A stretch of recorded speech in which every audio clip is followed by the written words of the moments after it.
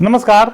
इस अंक में आप सभी का बहुत बहुत स्वागत है। मुझे उम्मीद है कि आप सभी ने जॉली एलएलबी पार्ट 3 जरूर देखा होगा। हालांकि यह एक कॉमेडी पिक्चर है, लेकिन कभी कभी हंसी मजाक में कॉमेडी के तौर पर कुछ बातें ऐसी कह दी जाती है जिसका अर्थ बहुत गहरा होता है और वो सिस्टम को चोट पहुंचाने वाला होता है। यदि इस बात को समझ सके और इसके गहराइयों पर जाकर विचार किया जाए तो शायद सिस्टम को सुधारा जा सकता है। इस फिल्म में जो जज साहब बनते हैं उनका एक छोटा सा डायलॉग है। वो डायलॉग यह है कि कानून में लेटर और स्पिरिट दोनों देखा जाना चाहिए। हम यदि कानून के किताब में लिखे गए कुछ शब्दों के आधार पर, उसके लिटरल मीनिंग के आधार पर यदि कोई हम फैसला करते हैं तो हो सकता है कि वो फैसला गलत साबित हो। इसलिए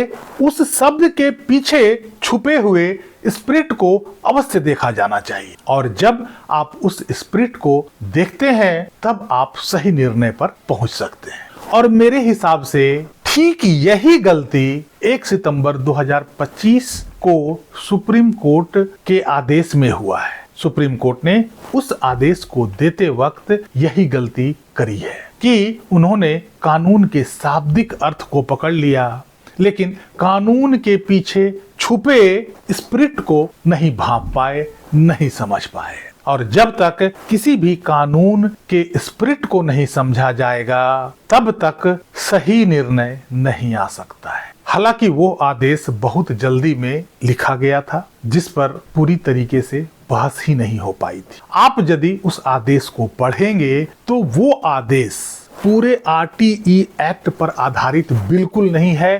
केवल 2017 का संशोधन के आधार पर वो निर्णय दिया गया था, जिसमें सीधे तौर पर यह कह दिया गया था कि every teachers appointed or in position as on 31 March 2015 who does not possess the minimum qualification as laid down under subsection 1 of section 23। वैसे सभी शिक्षकों को 4 वर्ष के अंदर टेट पास करना अनिवार्य होगा। अब मैं आपको इस पूरे सेक्शन का स्पिरिट समझाने का प्रयास करता हूँ। यदि जज साहब ने पूरे सेक्शन को कंबाइंड रूप से पढ़ा होता, सीरियसली पढ़ा होता, तो शायद ऐसा आदेश कभी नहीं आ सकता था। सेक्शन 23 का सबसे पहले हम क्लाउज 1 पढ़ते हैं। Qualifications for appointments and terms and conditions of service of teachers.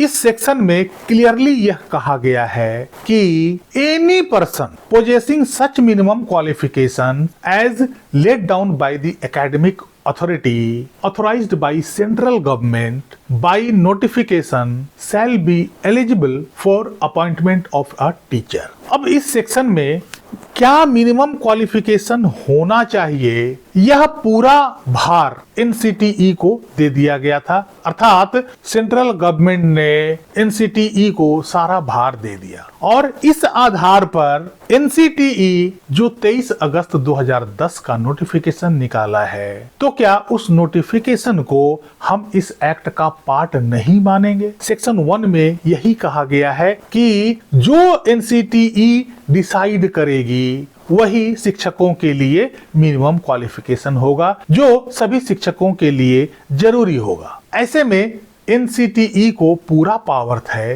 कि वो मिनिमम क्वालिफिकेशन को डिसाइड करे और किन शिक्षकों पर यह लागू होगा, किस तरह से लागू होगा, ये वो डिसाइड करे। इसलिए एनसीटीई द्वारा इशू किया गया वो नोटिफिकेशन वैलिड है, क्योंकि यह आरटीई एक्ट का धारा 23 का क्लाउज 1 के आधार पर वो ऐसा डिसीजन लिया है और उसी आधार पर वो नोटिफिकेशन इशू किया है। आरटीई एक्ट की धारा 23 का क्लाउज 2 यह कहता है कि सभी राज्य सरकारों को 5 साल के लिए रिलैक्सेशन दिया गया है और उस रिलैक्सेशन में वे राज्य उन शिक्षकों को भी नियुक्त कर सकते हैं जिन शिक्षकों के पास एनसीटीई द्वारा बताए गए मिनिमम क्वालिफिकेशन नहीं है। लेकिन अब इसके प्रोवाइजो में जाते हैं तो यह कहता है कि उन सभी शिक्षकों को उस रिलैक्स्ड पीरियड के अंतर्गत नियुक्ति हुई थी और उनके पास वो मिनिमम क्वालिफिकेशन नहीं है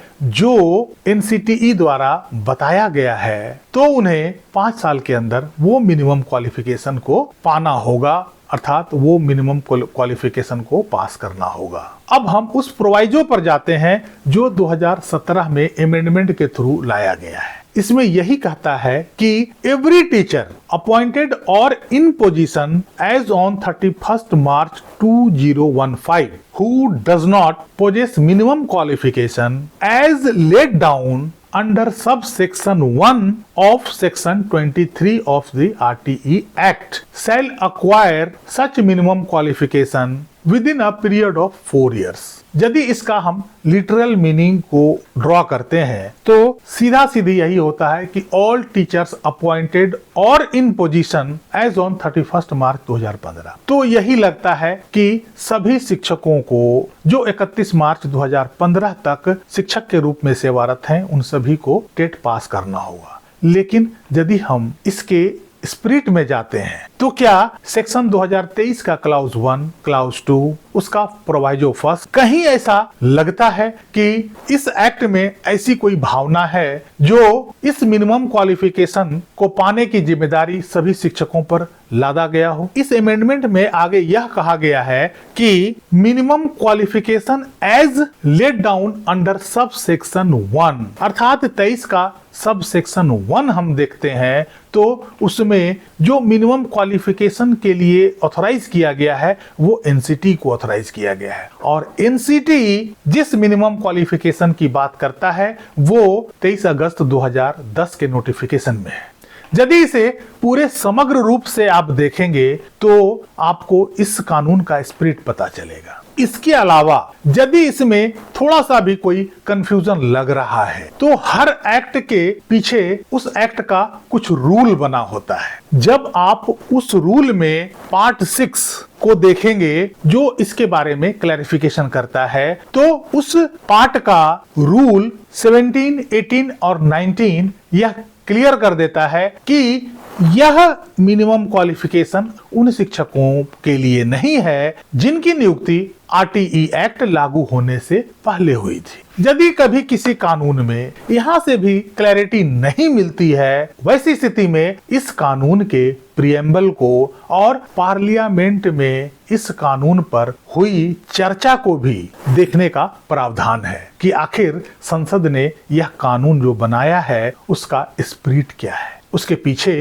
भावना क्या है। क्या उसके पीछे उन शिक्षकों को परेशान करने की भावना है जिनकी नियुक्ति आरटीई एक्ट आने से पहले हो चुकी थी, या वास्तव में यह नियम उन शिक्षकों के लिए है जिनकी नियुक्ति आरटीई एक्ट लागू होने के बाद हुई है? जब इन बातों को समग्र रूप से एकीकृत करके नहीं देखेंगे तो इस कानून की भावना, इसका फीलिंग, इसका स्पिरिट, इसका हार्ट समझ नहीं आएगा, और यदि उस बात को नहीं समझेंगे तो आप सही निर्णय पर नहीं पहुंच सकते हैं और केवल शाब्दिक अर्थ पर आप घूमते रहेंगे और शिक्षक परेशान होते रहेंगे। बहरहाल वीडियो काफी लंबा हो चुका है, अभी बहुत कुछ कहना मेरे दिमाग में बाकी है इस कानून के ऊपर, लेकिन अगले किसी वीडियो में मैं इसे जारी रखूंगा ताकि शिक्षक बंधु यह समझ सके कि गलती कहाँ हुई है और कानून कैसे काम करता है। बहरहाल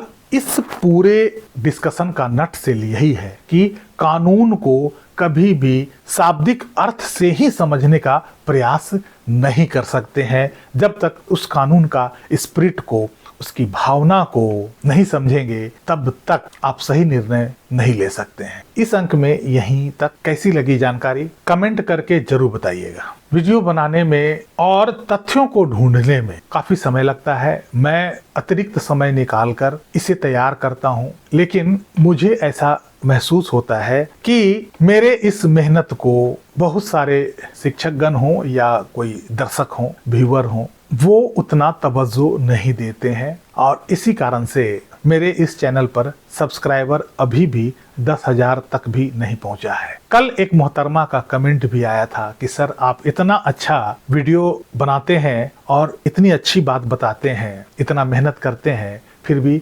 आपके चैनल पर सब्सक्राइबर कम क्यों है? मैंने उत्तर दिया कि यह मुझे भी नहीं पता। बाकी आप लोग खुद समझदार हैं। यदि इसी तरह का ज्ञानवर्धक जानकारी आपको मिलती रहे तो इस चैनल को सब्सक्राइब करके वीडियो को देखकर कुछ सीख कर इसे आगे बढ़ाने का प्रयास करें। यह चैनल आप लोगों के लिए ही समर्पित है और जो भी महत्वपूर्ण जानकारियां होती है मैं इस वीडियो के माध्यम से लाने का प्रयास करता हूं। वीडियो को लाइक कीजिएगा, चैनल को सब्सक्राइब कीजिएगा। मिलते हैं अगले अंक में, तब तक के लिए जय हिंद, वंदे मातरम।